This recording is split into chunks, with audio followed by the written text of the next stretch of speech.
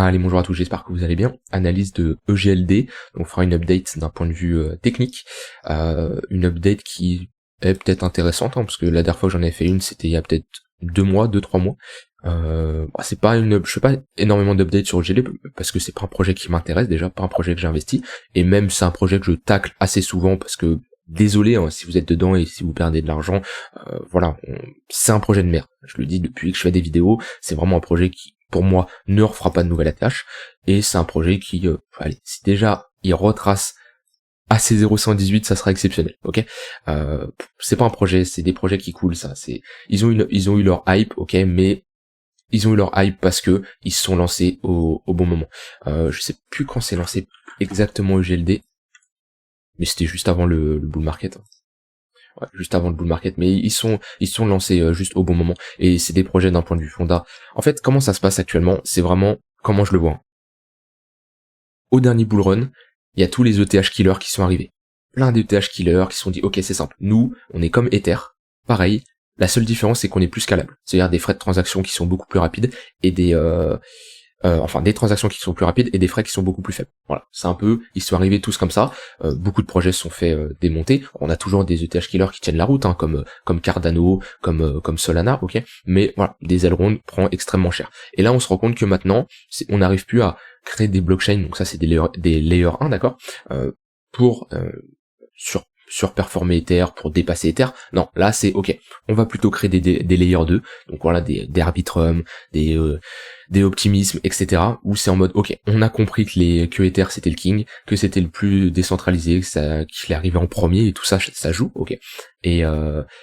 Et du coup, ils cherchent plutôt à augmenter la scalabilité d'Ethereum plutôt que de le concurrencer. Et ils ont tout à fait raison, parce que je ne vois pas ce genre de projet dépasser Ether, tout simplement. Donc voilà, c'est un projet qui creuse. Il est très aimé, je sais, par la communauté crypto en général, crypto France, ou même dans la plupart, je sais qu'il y a une grosse hype dessus. On a quand même fortement corrigé. On a pris un combien ? Moins 96%, c'est énorme. Moins 96%, c'est énorme. Pour un projet qui est 56. Alors il était pas 56, quand il était vraiment à son prime, il était mieux classé que ça, je crois. Parce qu'on avait été chercher quand même un bon market cap. On a été chercher un bon 8-9 milliards de market cap.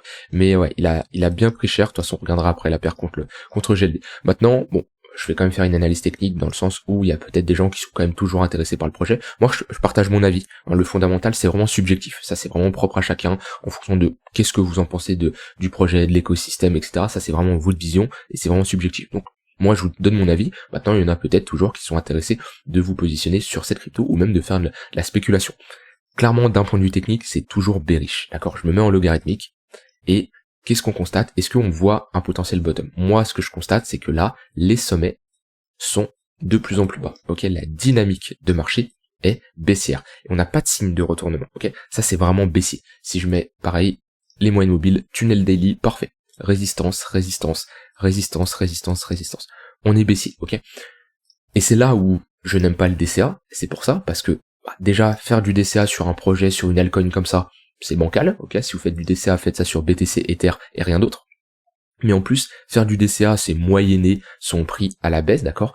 C'est pour moi pas la bonne solution. Je préfère essayer de rentrer sur des niveaux beaucoup plus intéressants, d'accord, des gros niveaux de support, des niveaux intéressants, plutôt que de moyenner un prix à la baisse en espérant revenir chercher mon prix moyen, mon prix de revient unitaire de toute mon accumulation. Pour moi, c'est pas la bonne manière de faire.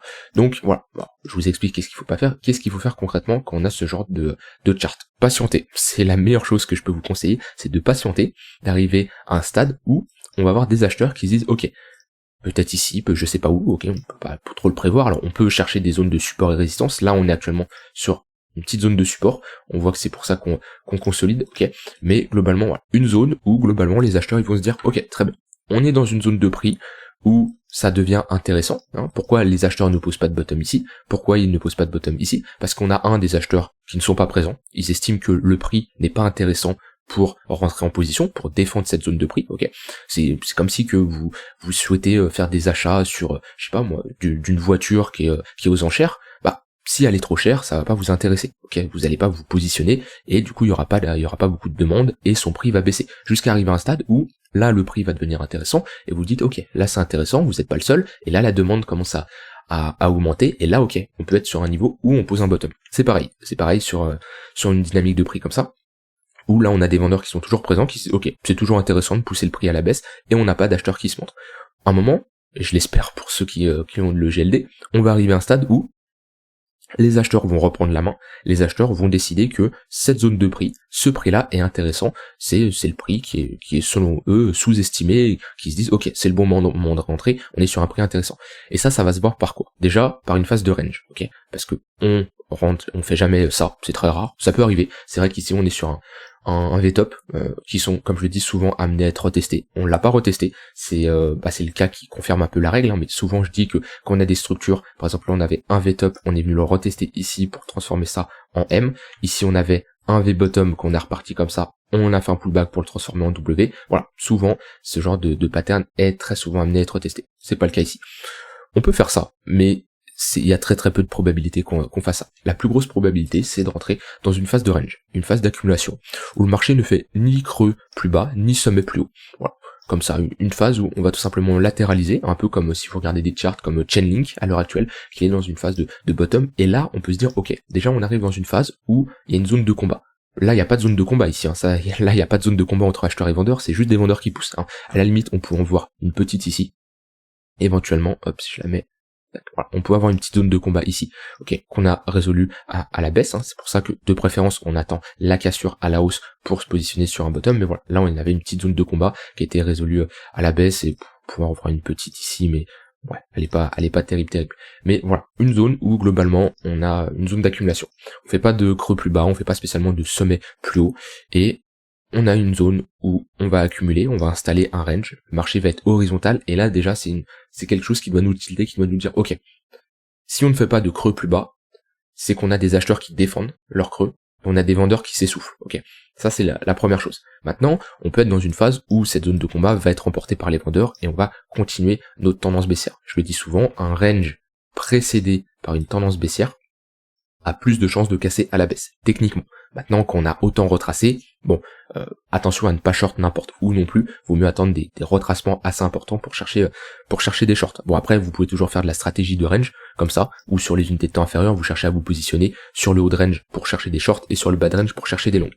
Mais l'investisseur lui va attendre cette phase de latéralisation qui peut durer quelques mois, hein. C'est pas une phase qui va durer quelques jours, d'accord. Au vu de la charte comme ça, hein, qu'on a une aussi grosse dynamique baissière, en général on veut une assez grosse accumulation pour retourner cette dynamique.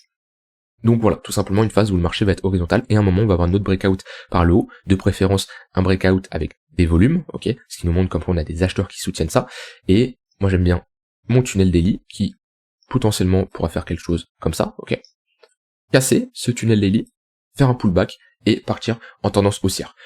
Je peux vous donner un exemple, INJ, très bon exemple, voilà, tendance baissière, des sommets de plus en plus bas, ok. Arriver à une phase où on ne fait pas de creux plus bas, vous voyez, on rentre dans un range, une phase où on latéralise, ok, on l'a ici. Cassure à la hausse, bon breakout, avec le breakout de notre tunnel daily, pullback sur confluence, ligne de coup, ici, et tunnel daily. Et là, on a une très bonne entrée pour l'investissement. Là, on se positionne avec un ordre limite, ok, et là, on a une entrée très professionnelle. Et ben, c'est exactement ce que vous devez attendre sur EGLD. Donc, faut patienter, ça se trouve, on l'aura jamais, et ça se trouve, EGLD va couler. On peut pas le prévoir, ok, mais si vous avez ça, vous aurez tout simplement un signal qui vous dira on a des chances d'être sur un bottom. On sera jamais sûr à 100%, mais techniquement, vaut mieux se positionner de cette manière-là, ok, c'est un meilleur positionnement que ici chercher à acheter en se disant ça va se retourner, parce que acheter en se disant ça va se retourner et tout simplement prier en se disant c'est le moment, non, vous allez clairement ruiner votre capital. Donc voilà. C'est ce qu'il faudrait attendre d'un point de vue technique. Donc ça c'est pour du très long terme. J'ai beaucoup parlé, mais c'était primordial. Sur du plus court terme, qu'est-ce que ça donne? On est quand même toujours orienté à la baisse, hein. La dynamique est clairement baissière, on est rentré ici dans une phase de range, hop. On est rentré dans une phase de range, on le voit bien. Maintenant, range précédé par une tendance baissière a plus de chances de se casser, de continuer à la baisse, ok. Donc chercher des longues ici, ça me paraît compliqué. Moi, je ne pourrais pas chercher des longues, surtout qu'on voit les moyennes mobiles court terme, le tunnel 4 heures fait bien office de résistance. Donc, quand vous avez comme ça un signal où on a un cross du tunnel 1 heure sous le 4 heures, ok. Alors, les crosses à la hausse ça peut être un signal, mais comme je dis, la dynamique primaire elle est baissière. Donc c'est un peu de la contre-tendance, c'est tendu. Par contre, quand vous avez ici un cross, ici on a un gros cross qui est intéressant, 15 minutes sous le 1 heure, 1 heure sous le 4 heures, bah là il y a des opportunités de short, qu'on revient faire des pullbacks sur nos moyennes mobiles, tac tac. Et ici c'est des bonnes opportunités, comme on avait fait auparavant, quand on cross comme ça. Là on a un cross pareil, on voit que la dynamique est bien baissière. Donc voilà, pour le moment toujours baissier. Alors je ne chercherai pas à short maintenant. Pourquoi? Parce qu'on est sur un niveau de support court terme. Ok, on est quand même sur un bad range. Un bad range c'est une zone de support. On cherche pas à short une zone de support. Donc éventuellement, si ici on a un retracement, chercher cette zone d'imbalance. Ok, ici on peut chercher des shorts avec une zone d'invalidation au-dessus de ce niveau-là et targeter des niveaux beaucoup plus bas. Donc ça nous donnerait quelque chose comme ça. Alors après, là j'ai déterminé ma zone qui m'intéresserait pour chercher des shorts. Faut voir l'exécution comme on y va. Hein. Ça dépend. Voilà, toujours s'adapter, mais voilà, avoir quelque chose comme ça, ça peut être intéressant pour tout simplement accompagner cette tendance baissière. Donc on aurait ici une bonne zone de localisation, tunnel 1 heure, précédente zone de support court terme qui fait office maintenant de résistance, zone d'imbalance, peut-être un point pivot. Bon, c'est pas nécessaire, hein, mais on a un point pivot daily, mais bon, si on fait ça dans les prochaines heures, ce point pivot daily disparaîtra tout simplement. Mais voilà, le but toujours en trading, première chose, déterminer vos zones d'intervention. Quelle est ma zone qui m'intéresse pour chercher à long ou short. Et ensuite, quand on va dans cette zone-là, là on observe ce que le marché nous donne, les signaux qu'il nous envoie pour éventuellement avoir une entrée intéressante. Mais ouais, pour du court terme, là rien à signaler. En 1 heure, on a un flux qui est assez baissier. Et la dynamique est clairement baissière. Voilà. Donc franchement, là d'un point de vue trading, short est maintenant non, long encore moins parce que la tendance primaire elle est clairement baissière. Après quelqu'un qui fait de la stratégie de range là, il peut chercher des longues avec une zone d'invalidation sous ce creux là, ok, et venir TP au milieu de range, mais moi c'est pas un trade que je prendrais, surtout que j'ai vraiment pas, ouais, on a un flux qui est assez vendeur pour le moment, on n'a pas de validation de divergence haussière, on n'a pas de structure, à la limite si ici on vient imposer une petite phase de bottom, voilà, on pousse à une seconde divergence haussière, et on structure, pourquoi pas, mais compliqué selon moi. Pour moi le play intéressant là c'est si on revient chercher cette zone là, chercher un short avec une zone d'invalidation ici, ça peut être clairement intéressant à observer. Maintenant bien sûr qu'on va chercher cette zone là, faut voir de la manière où on y va, sur les unités de temps inférieures. Là on a localisé notre zone d'intervention sur du 4 heures, maintenant sur du 1 heure 15 minutes, sur du 15 minutes plutôt, faudra ici voir ce qu'on fait. Voilà, rien d'autre à ajouter de plus, je voulais juste regarder la charte EGLD BTC. Hop. Ouais, c'est moche. C'est clairement moche. Bah on enfonce tout simplement. On enfonce, voilà. Dynamique haussière, simple, creux, creux, creux, creux, creux. Dynamique baissière, sommet, de plus en plus bas. Et là on enfonce clairement. Donc pas de signal de bottom. Donc là clairement, si vous investissez sur EGLD, bah vous achetez un couteau qui tombe ici. Et on voit bien que BTC surperforme EGLD. Voilà, je vous ai donné mon avis, hein, le Fonda pour moi ne change pas, c'est pas un projet qui m'intéresse. Maintenant, comme je l'ai dit, ça c'est subjectif. Par contre, d'un point de vue technique, ça peut être aussi subjectif pour vraiment du trading court terme pour chercher des opportunités. Maintenant, là, d'un point de vue investissement, si vous me dites qu'on est en train de poser un bottom, bon, c'est que pour moi il y a un problème d'analyse, hein, parce qu'on voit bien que la dynamique est clairement baissière. Je vous souhaite une très bonne fin de journée. Si vous avez des questions, des choses que vous n'avez pas compris ou même que vous n'êtes pas d'accord avec moi, argumentez en commentaire, c'est fait pour ça et ça me ferait plaisir de débattre avec vous. Venez également sur le Discord, c'est sympa, il y a beaucoup de gens qui s'entraident et le but c'est que chacun progresse pour atteindre ses objectifs personnels. Voilà, je vous souhaite une très bonne fin de journée, on se retrouve demain pour une prochaine vidéo, bye bye.